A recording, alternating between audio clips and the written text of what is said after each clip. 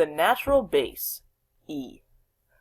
Our objective is to use the number e to write and graph exponential functions representing real-world situations. Why learn this? Scientists use natural logarithms and carbon dating to determine the ages of ancient bones and fossils. So what is this e? E is kind of like pi. So pi has that number 3.1415 and it just keeps going. Well, e is similar. E just stands for a different number. In that case, it is 2.7182818 and it keeps going. We can use this when it comes to graphing exponential functions. So let's try graphing f of x equals e to the x plus 2. So since e is irrational, just like pi, the numbers or values in the table are going to be rounded. So if we substitute in -3, so that's 2.718 to the -3, and then add 2, we're going to have about 2. And then you can continue on. You can also stick this into your calculator. There's a little e to the x button, and it's right above the ln button on the left-hand side. So you can use that. Just make sure you insert a variable after the caret, and then say, okay, well, plus 2. When you do so, once you have your table, you can plot these points, and you will see that you have a nice exponential function. So, it might be important to know this fact. The natural logarithmic function, f of x equals ln x, is the inverse of the natural exponential function, f of x equals e to the x. So this red one here is y equals e to the x. And then when we're dealing with inverse, we reflect it over our y equals x. And then our natural logarithmic function, we have y equals ln times x. And they're inverses of each other. Because they're inverses of each other, we can use that to simplify expressions with e or ln. So ln and e, they're inverses of each other, so they're going to cancel each other out. So those are gone. So what are we left with? We're left with -2t. Alright, well, we have e to the power of ln. The same thing follows. Those are gone. So that leaves you with t minus 1. This is the only time where it gets a little bit weird. Think of that property where you took the exponent and you brought it down in front.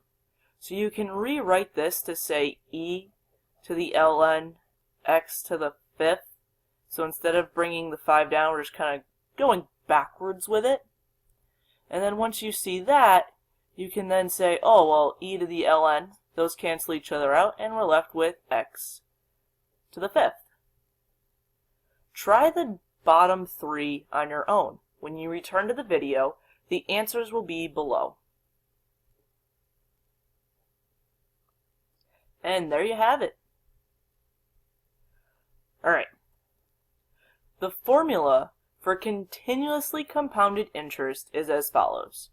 A equals P e to the RT. You can use this formula and simply plug in the information that you know and use a calculator. So, what is the total amount for an investment of $1,000 invested at 5% for 10 years compounded continuously? So we're going to simply use that A equals P e to the RT. Rate, time, principal, and what you're left with. So the amount. Alright, so we start with 1,000, that's your principal. So we have 1,000 E, so we're trying to get our total amount here, and then we have rate times time. Our rate is 5%. Now remember, back to algebra 1 here, we don't want to use 5, we want to use 0.05, since 5%, that's the decimal form of 5%, a very common error. And now if you're going to plug this into your calculator, make sure you put this in parentheses. So you have 0.05 and then times 10.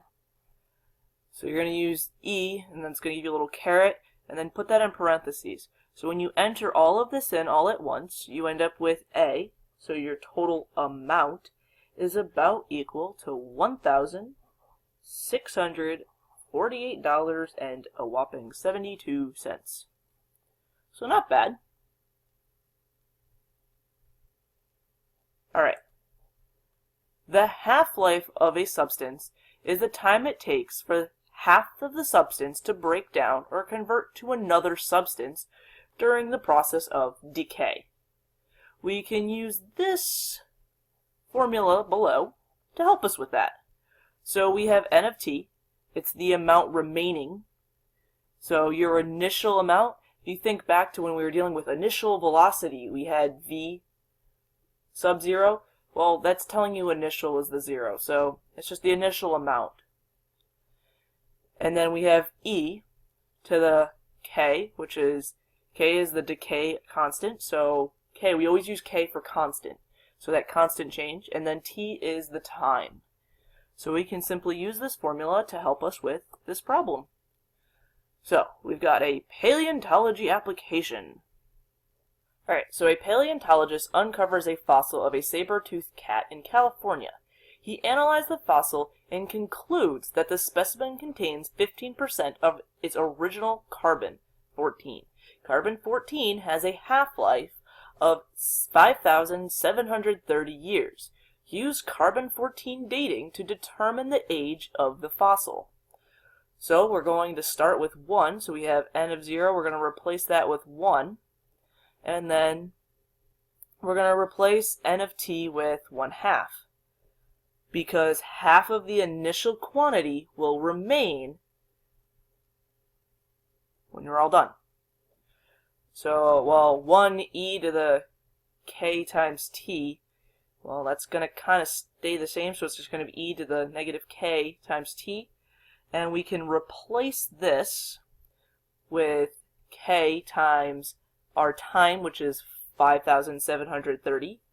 So now we have 1/2 equals e to the negative 5,730 times k. Just so that way you guys can follow everything I just stated.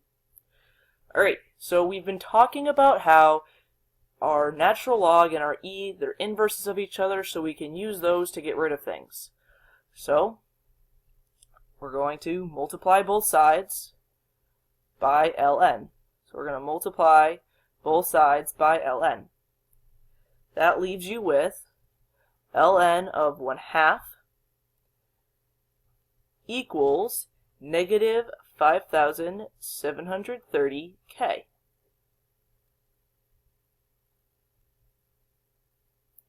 We can rewrite this so that way it says ln of 2 to the negative 1, which means you can technically state that that equals negative ln 2 because we bring the negative 1 down in front.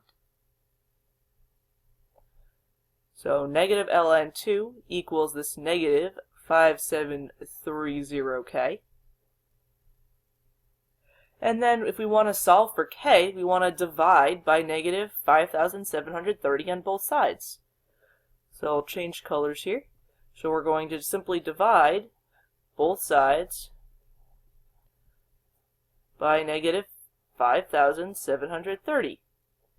When we do so, we get that k is about equal to 0.00012. We now have our constant. We needed that. Substitute the constant back in. So we're going to write the decay function and solve for t.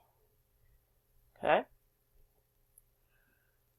So we've substituted that value back in for our k, and now we can continue. So we have our 15%. So 15 equals our 100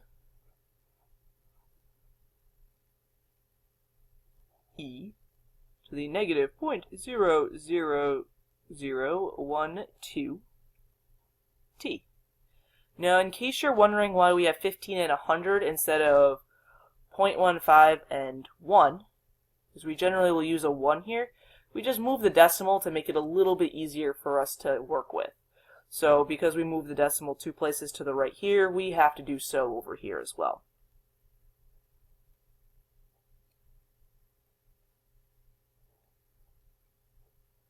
But that enables us to divide everything out. So we now have 0.15 equals e to the negative 0.00012t. If you wanted, you could have skipped this step right here and jumped straight to here, but sometimes we need a place that we can see what's going on. And let's continue. So now that e is on its lonesome down here, we can multiply both sides by ln.